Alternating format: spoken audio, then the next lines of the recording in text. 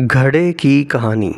کہا جاتا ہے کہ کسی بادشاہ کا گزر اپنی سلطنت کے ایک ایسے علاقے سے ہوا جہاں کے لوگ سیدھا نہر سے ہی پانی لے کر پیتے تھے۔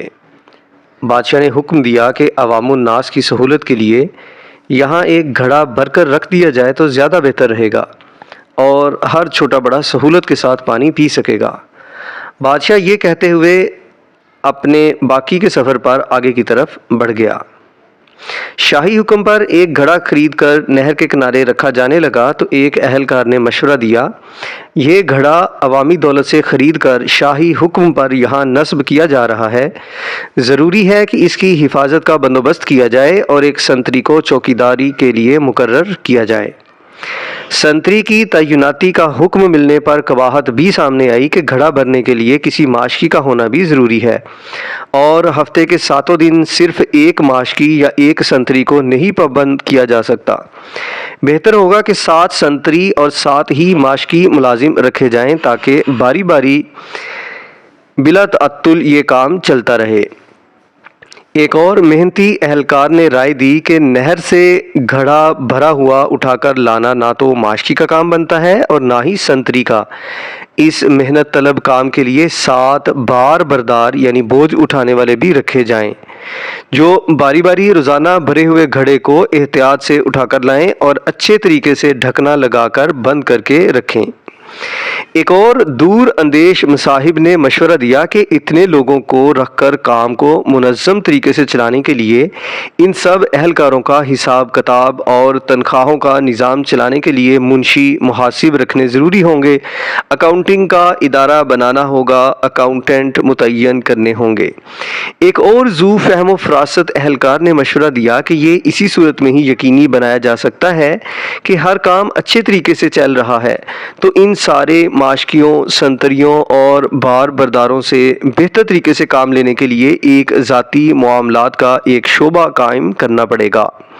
ایک اور مشورہ آیا کہ یہ سب کچھ ٹھیک ہو رہا ہے مگر ملازمین کے درمیان لڑائی جھگڑا یا کوئی زیادتی ہو جاتی ہے تو ان کا تصفیہ اور ان کے درمیان صلح صفائی کون کرائے گا تاکہ کام بلا تعطل چلتا رہے۔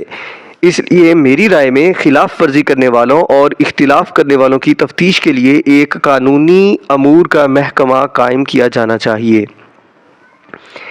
ان سارے محکموں کی انشاء کے بعد ایک صاحب کا یہ مشورہ آیا کہ اس سارے انتظام پر کوئی ہیڈ بھی مقرر ہونا چاہیے، ایک ڈائریکٹر بھی تعینات کر دیا گیا۔ سال کے بعد حسب روایت بادشاہ کا اپنی رعایا کے دورے کے دوران اس مقام سے گزر ہوا تو اس نے دیکھا کہ نہر کے کنارے کئی کنال رقبے پر ایک عظیم الشان عمارت کا وجود آ چکا ہے جس پر لگی ہوئی روشنیاں دور سے نظر آتی ہیں اور عمارت کا دبدبا آنکھوں کو خیرہ کرتا ہے۔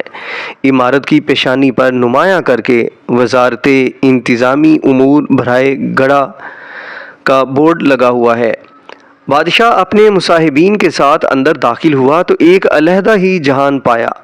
عمارت میں کئی کمرے، میٹنگ روم اور دفاتر قائم تھے۔ ایک بڑے سے دفتر میں آرام کرسی پر عظیم الشان چوبی میز کے پیچھے سرمئی بالوں والا ایک پروقار معزز شخص بیٹھا ہوا تھا جس کے سامنے تختی پر اس کے القابات پروفیسر ڈاکٹر فلاں بن فلاں ڈائریکٹر جنرل برائے معاملات سرکاری گھڑا لکھا ہوا تھا۔ بادشاہ نے حیرت کے ساتھ اپنے وزیر سے اس عمارت کا سبب پوچھا اور ساتھ ہی اس عجیب و غریب محکمے کے بارے میں پوچھا جس کا اس نے اپنی زندگی میں کبھی نام بھی نہیں سنا تھا۔ بادشاہ کے وزیر نے جواب دیا، حضور والا، یہ سب کچھ آپ ہی کے حکم پر تو ہوا ہے جو آپ نے پچھلے سال عوام الناس کی فلاح اور آسانی کے لیے یہاں پر گھڑا نصب کرنے کا حکم دیا تھا۔ بادشاہ مزید حیرت کے ساتھ باہر نکل کر اس گھڑے کو دیکھنے گیا جس کو لگانے کا اس نے حکم دیا تھا۔ بادشاہ نے دیکھا کہ گھڑا نہ صرف خالی اور ٹوٹا ہوا ہے بلکہ اس کے اندر ایک مرا ہوا پرندہ بھی پڑا ہوا ہے۔ گھڑے کے اطراف میں بے شمار لوگ آرام کرتے اور سوئے ہوئے پڑے ہیں اور سامنے ایک بڑا بورڈ لگا ہوا ہے، گھڑے کی مرمت اور بحالی کے لیے اپنے عطیات جمع کرائیں، من جانب وزارت انتظامی امور بھرائے گڑھا۔